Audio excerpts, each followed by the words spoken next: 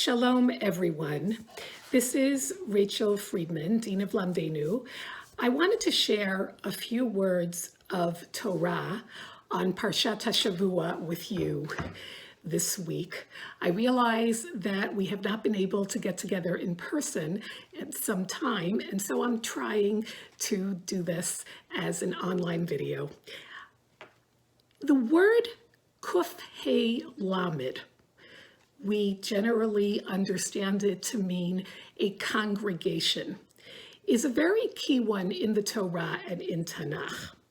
And of course, this week's Torah reading begins by describing how Moshe gathered the people of Israel to ask them to contribute towards the building of the Mishkan.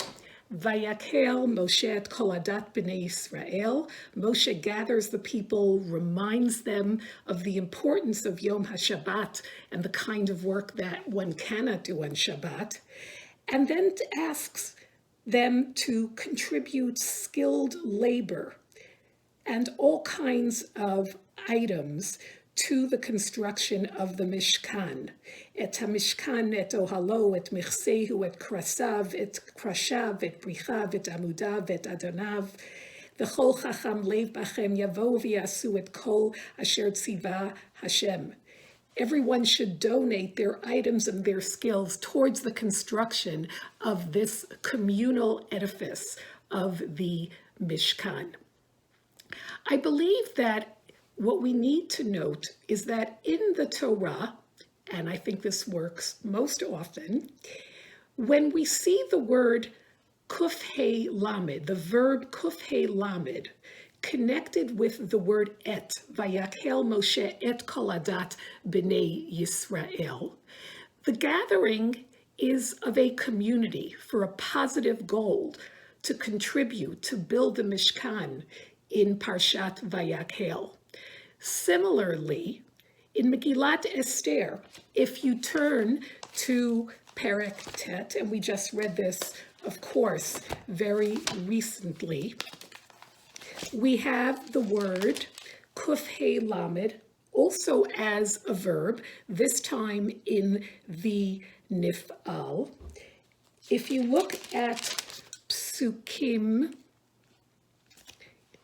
in Megillat Esther, if you look at Perek Tet, and let me find the Psukim for you, it appears a number of times in this chapter, but if you look, for example, at Psukim Yudchet and Yutet, Vayhudim asher b'Shushan nikhalu b'13 bo וב-14 bo v'Noach ב-15 bo v'aso oto yom mishteh v'simcha al kein haYehudim haprazim hayoshvim ba'arei haprazot osim et yom 14 lechodesh adar simcha u'mishteh v'yom tov u'mishloach manot ish l're'ehu. Here again is an example of the gathering of the people of Israel for good as a community on the 14th day, on the 13th day of Adar, the 14th day of Adar, the 15th day of Adar. And how do they mark their redemption? They gather as a kahal, but not only for merriment, but rather mishloach manot ish l're'ehu. It is a gathering for good, in order to be grateful for their redemption. They not only have a Yom Tov, they not only celebrate with joy, but also with sharing that joy with others, with other members of Kahal Yisrael. And of course, the beautiful mitzvah of Hakhel, which we read about in Dvarim Lamed Aleph, Yud Bet. And I ask you to return there for just one moment, and let's look at it, the Psukim. Vayitzav Moshe Otam, and this is already in the 40th year, shortly before Moshe's death. Miketz Sheva Shanim b'moed Shnat HaShmita b'Chag HaSukkot, Bivo Kol Yisrael, לראות את פני השם אלוקיך במקום אשר יבחר תקרא את התורה הזאת נגד כל ישראל באוזניהם. Pasuk Yud Bet, Hakhel et ha'am hanashim v'anashim v'hataf b'gercha asher b'sharecha l'man yishma'u l'man yilmedu v'yaru et Hashem Elokechem v'shamru lasot et kol divrei Torah hazot. And Moshe instructs the people of Israel that every 7th year they shall gather, all of them shall gather, the men, the women, the children, the strangers in the community, in order to hear and to learn, to revere HaKadosh Baruch Hu, to observe faithfully every word of the Torah.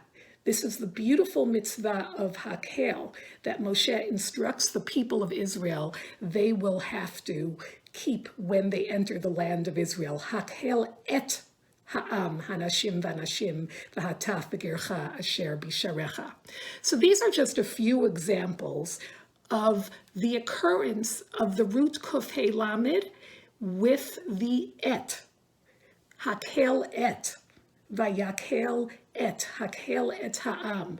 These are a few examples of a gathering of a kahal for good. And for homework, you can find many more. There is, however, another kind of kahal in the Torah and in Tanakh, and that is most usually signified not by VaYakhel et, but rather VaYakhel al, or Vayikahel al. People gathered against. People did not gather in order to assist and support, but rather they confronted. So for example, last week in Shmot Lamed Bet Aleph, if you take a look at Chet HaEgel, Vayar ha'am ki boshesh Moshe laredet min hahar, vayikahel ha'am al Aaron. When the people saw that Moshe was delayed in coming down from Har Sinai, what did they do? They gathered against Aaron, Vayikahel ha'am al Aaron. And 40 years later, in Parshat Korach, if you turn to Bimidbar, Tet Zayin, looking specifically, for example, at Pasuk Gimel, Bimidbar Tet Zayin Gimel, Bimidbar 16:3, Vayikalu al Moshe ve'al Aaron, Vayomru aleihem Rav lachem, ki chol ha'eda kulam k'doshim u'b'tocham Hashem, u'madua titnasu al kahal Hashem. The congregation of Korach gathered against Vayikahalu al, they gathered against Moshe and Aaron, and they challenged their leadership. And perhaps the most interesting case is in Parshat Chukat. And I ask you to turn to just a little later in Parshat Bimidbar to Bimidbar Chaf. This, of course, is the story of the waters of Merivah, Mei Merivah. And the text there demonstrates something very interesting that I think really cements our point. The people did not have water. And so what did they do? And this again is already in the 40th year. V'lo haya mayim la'eda vayikahalu al Moshe v'al Aaron. The people didn't have water, and so they gathered against Vayikahalu al. They gathered against Moshe and Aaron. And what is the solution that God proposes? God says to Moshe in Pasuk Chet, Kach et hamateh v'hakhel et ha'eda, atava Aaron achicha, v'dibartem el hasela le'eneihem. The solution to the problem of Vayikahalu al is what? Kach et hamateh v'hakhel et. Gather the people in a positive way and speak to them before the rock. The way that you can provide a solution to Vayikahalu al is v'hakhel et. And the solution almost works. If you look at Pasuk Yud, Vayakhilu Moshe v'Aaron et hakahal el pnei hasela. Moshe and Aaron gathered et hakahal, Vayakhilu et hakahal. They did gather the nation. But as Chazal and many of our classical mifarshim inform us, the issue started with the exact language that Moshe and Aaron, who are judged Kishchut HaSarah, spoke to the people. This was a crucial time of VaYakhelu et, as an antidote for VaYakhelu al. And the exact wording of Moshe and Aaron in this case did not achieve the necessary communal atmosphere of support. And it is so striking that the word kahal again appears in God's words to Moshe and Aaron. Vayomer Hashem el Moshe ve'el Aaron, Yan lo hemantem bi la'akdisheni le'nei b'nei Yisrael, lachein lo taviu et ha'kahal hazeh el ha'aretz asher natati lahem. The problem was that the kahal has to be a kahal that is gathered in a positive and communal goal, not a kahal that is confrontational. It has to be VaYakhelu et, VaYakhel et, not VaYakhelu al. So where does all this leave us? You at Lamdeinu are my kahal. Whether in person or online, I see your faces, or I picture them, and I hear your voices or imagine them, every one of you. And my bracha to Kahal Lamdeinu is that we sit back for a moment and realize that we're seeing amazing things. It's a challenging time, but we are a Kahal.